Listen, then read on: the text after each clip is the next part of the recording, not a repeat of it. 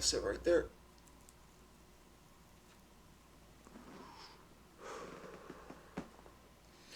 What's good, Combat Sports fans? You already know it's your boy Bando back at it with another episode of Combat and Kick It.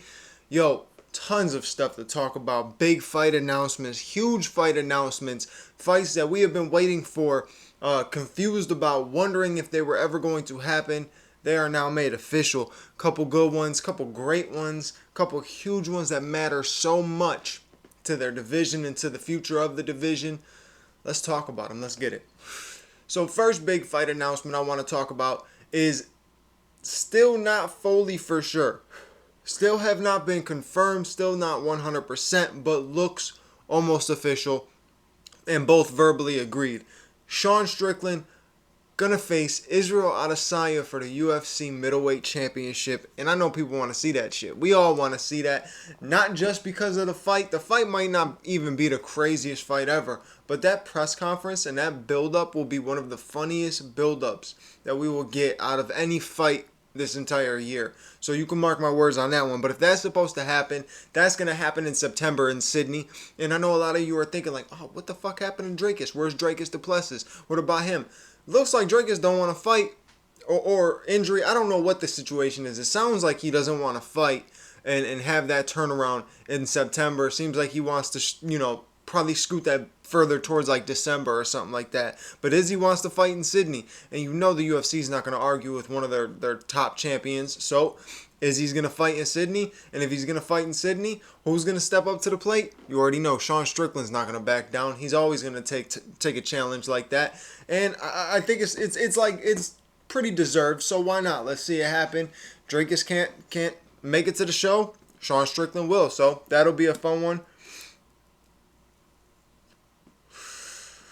What else? We got October, Abu Dhabi. Now look, fuck the UFC.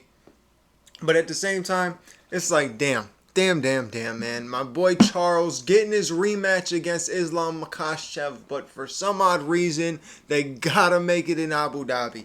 To me, Charles is A1 when he's around the crowd of people that are egging him on, that want to see him win. That is one of your biggest stars in the UFC, right? But Islam Makhachev, because he's under Ali, because he has that what is it? I can't even think of the word. The pole with Ali and everything like that. He is able to sit out basically all fucking year, right? I get it. There wasn't many people or anybody really for him to fight, but he gets to sit out all year, right?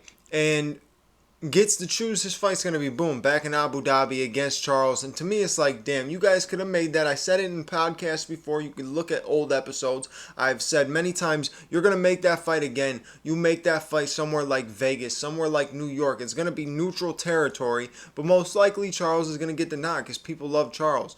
And, not to say that I don't believe in my boy. You already know I believe in Charles do Bronx Oliveira. The champion has a name, and it's Charles do Bronx Oliveira, illuminated by God, my friend. But the thing about it is, it's just a bad. It's always shitty to go to enemy territory at the end of the day, and he's got to go to enemy territory.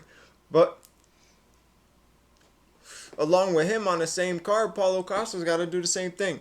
Got to go into enemy territory, and he's facing Khamzat Chimaev. Finally, we're getting this matchup. We've been waiting for this matchup. We've wanted this matchup, and it's been rumored. And if you pay attention to the behind-the-scenes stuff, not just the fight aspects, but little things that happen at the PI, little things that happen during other podcasts. Like, I try to keep up with so much. You got Helen Yee, or Helena Yee, whatever, however you say her name, but you got her, you got the Schmo, you got Ariel Hawani, you got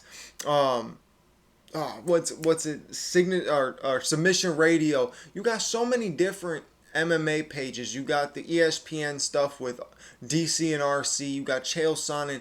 Non-stop stuff to watch. You end up getting glimpses of behind the scenes of where beefs and stuff like that start. And Paulo Costa and Khamzat Chimaev, theirs have been building since I don't know if it was in the vlog or if it was just in a behind the scenes like team altercation type of thing. But you can go ahead and look it up. Maybe I'll post a little snippet of it down here. But it was a little, them talking back and forth at the PI, talking a lot of shit.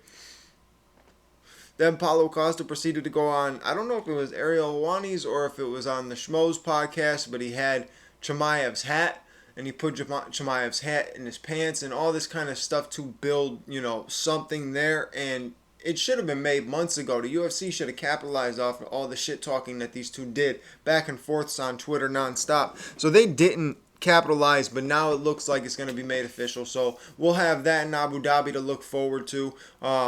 Also, the Nassourdine Imavov is going to go up against the guy that should have been fighting Paulo Costa, Ikram, in the next card. He should have been fighting in this card coming up this weekend. But shit happens.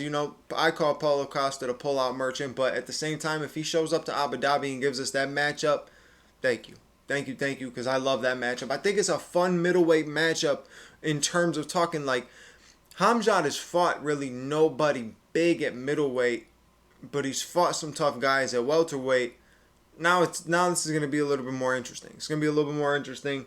I like that matchup. So those are other fights. Obviously, we slightly talked about Jon Jones and Stipe, but that was before it was made official. I was talking my shit saying it wasn't going to get made official, but looks like it did. So that's cool. I'm happy for that. I'm excited for that in November. That's very good matchup.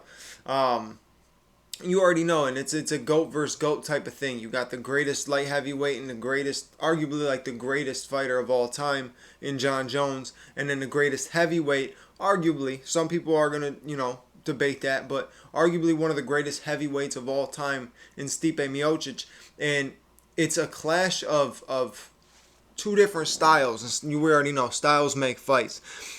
Stipe's got more of a boxing background, very good boxing background. He's got good hands. He's powerful when he comes forward. Jon works with the leg kicks. Jon mixes it up. He's more of a balanced fighter, and he's a little unorthodox. He switches things up. He uses his reach.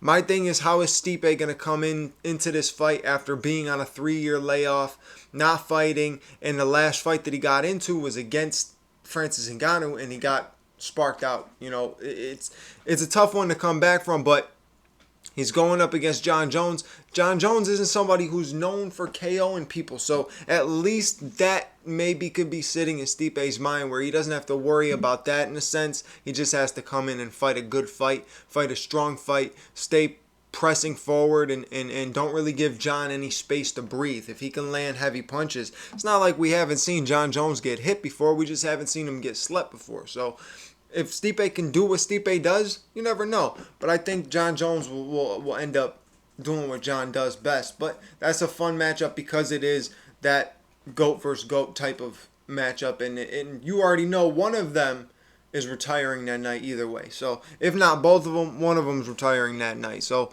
we'll see what happens. I feel like I don't see Stipe winning and defending. I see Stipe 100% winning and hanging it up on top. Beating a guy like Jon Jones is one of your biggest accolades in history. You can't really top that. Might as well hang it up. But Jon has that potential to win this fight and say, fuck it, give me the next guy. Who's next up? Is it Tom Aspinall, who we're going to talk about in a minute, but is it going to be Tom Aspinall? Is it going to be Sergey Pavlovich? Who knows? We'll see what Jon Jones wants to do, but it's a potential GOAT versus GOAT and potential one of them retiring. Not potential GOAT for GOAT. It is a GOAT versus GOAT, but a potential one of them is retiring. So we'll see what happens that night. Got some Shromulan. Very good. Very good. Tastes very, very sweet. But man, isn't it funny how Dana White does that? Francis Ngannou and Tyson Fury gets announced. And here comes Dana White. Let me just start reeling off different fight announcements, which I'm cool with. I'm fine with. I'm happy that there's multiple fights because these are fights that need to be made. So we're finally getting them. Another fight that it was announced recently because it got changed.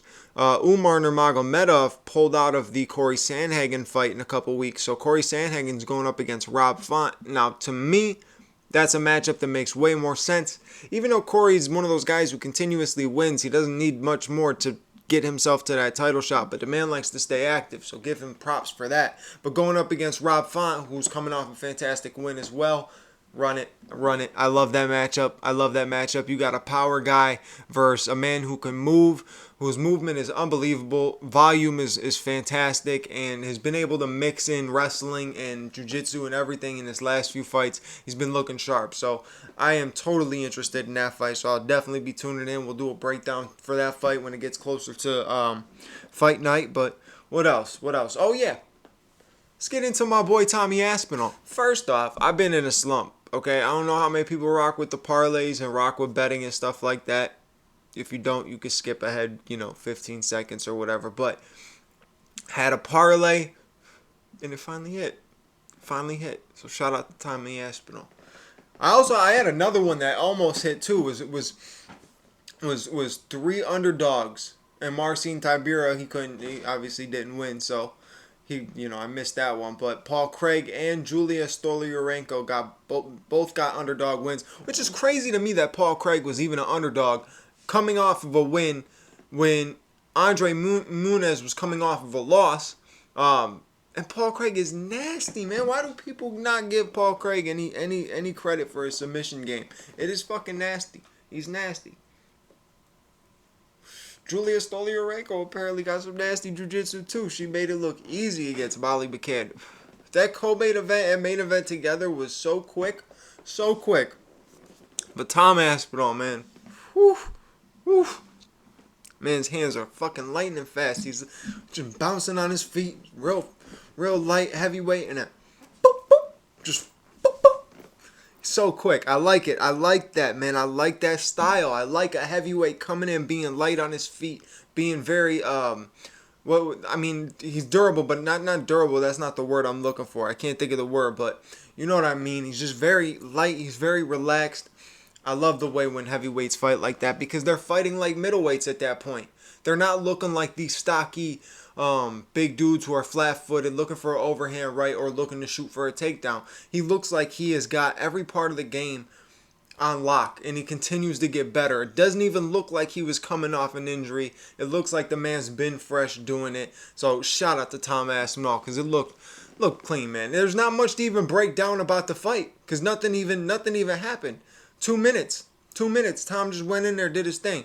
Like I said, bouncing around, throwing a couple shots, couple kicks, popped that 1-2 down the middle, dropped Tybura and swarmed him. And that was it. So I like the future for Tom Aspinall. I hope we're gonna get to see what he's calling out for. He wants to get the winner of the Cyril Gane versus Sergey Spivak fight.